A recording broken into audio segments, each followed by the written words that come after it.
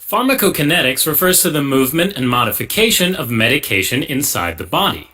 Or more simply, it's what the body does to this medication and how it does it. Alright, so once the medication is administered, it first has to be absorbed into the circulation, then distributed to various tissues throughout the body, metabolized or broken down, and finally eliminated or excreted in the urine or feces. You can remember this as ADME: absorption, distribution, metabolism, and excretion. So let's focus on the metabolism. This is the process of converting a medication into a less or more active form. These forms are also known as metabolites. So in most cases, metabolic reactions turn an active medication into a less active or inactive metabolite, which is then ready to get excreted. Some medications, though, are administered in an inactive form, also known as a prodrug, which needs to be metabolized into an active form within the body before they can produce the desired effect.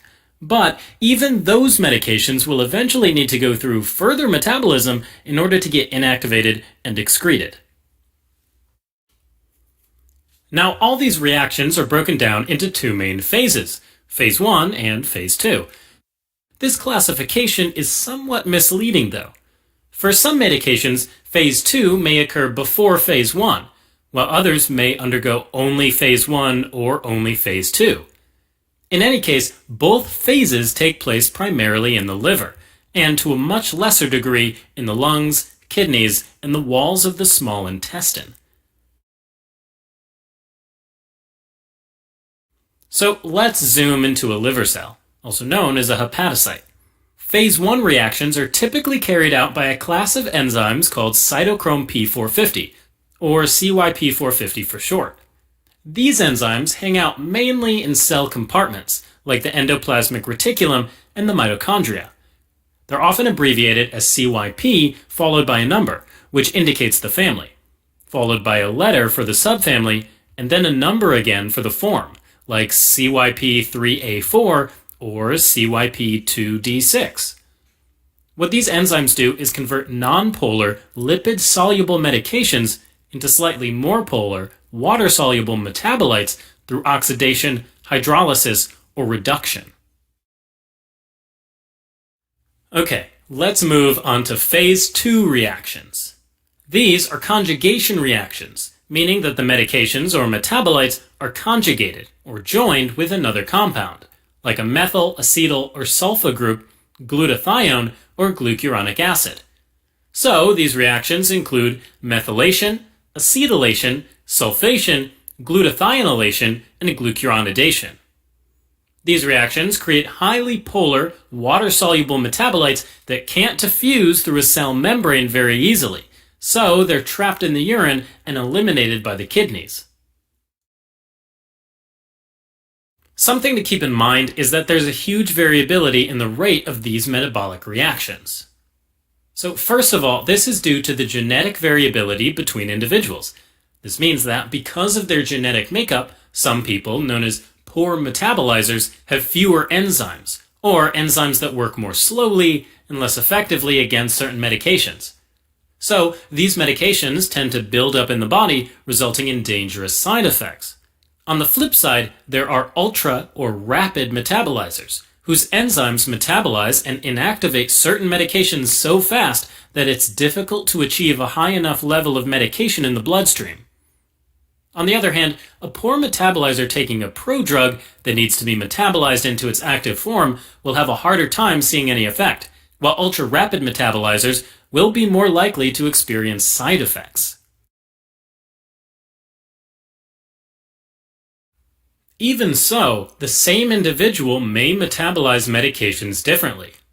At birth, metabolic enzyme systems aren't fully developed, so newborns typically have difficulty metabolizing certain medications. But as we age, enzymatic activity falls off again, so elderly individuals can't metabolize medications quite as well either. Also, since most enzymatic reactions take place in the liver, a decrease in enzymatic activity may be due to chronic liver disease.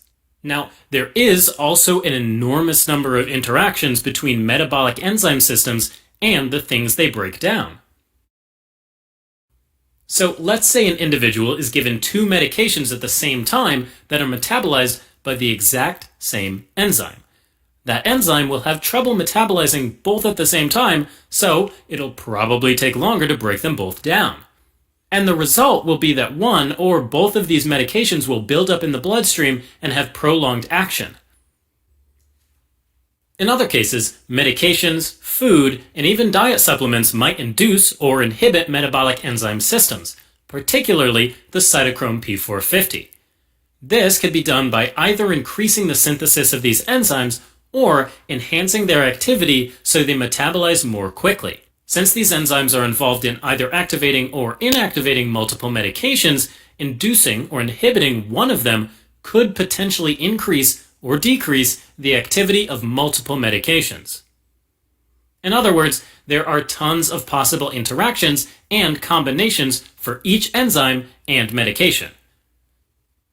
As an example, let's look at the anticoagulant warfarin, which is broken down by cytochrome P450. An inhibitor of these enzymes, like the antifungal fluconazole or even grapefruit juice, will cause warfarin to build up in the blood, which leads to severe bleeding.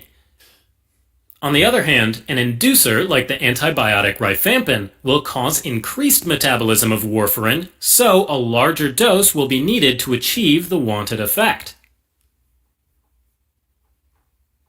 Alright, as a quick recap. Metabolic reactions can transform either an active medication into an inactive metabolite or an inactive medication, called a prodrug, into an active metabolite. There are two phases. Phase 1 is mediated by cytochrome P450 and involves oxidation, hydrolysis, or reduction, and Phase 2 involves conjugation reactions.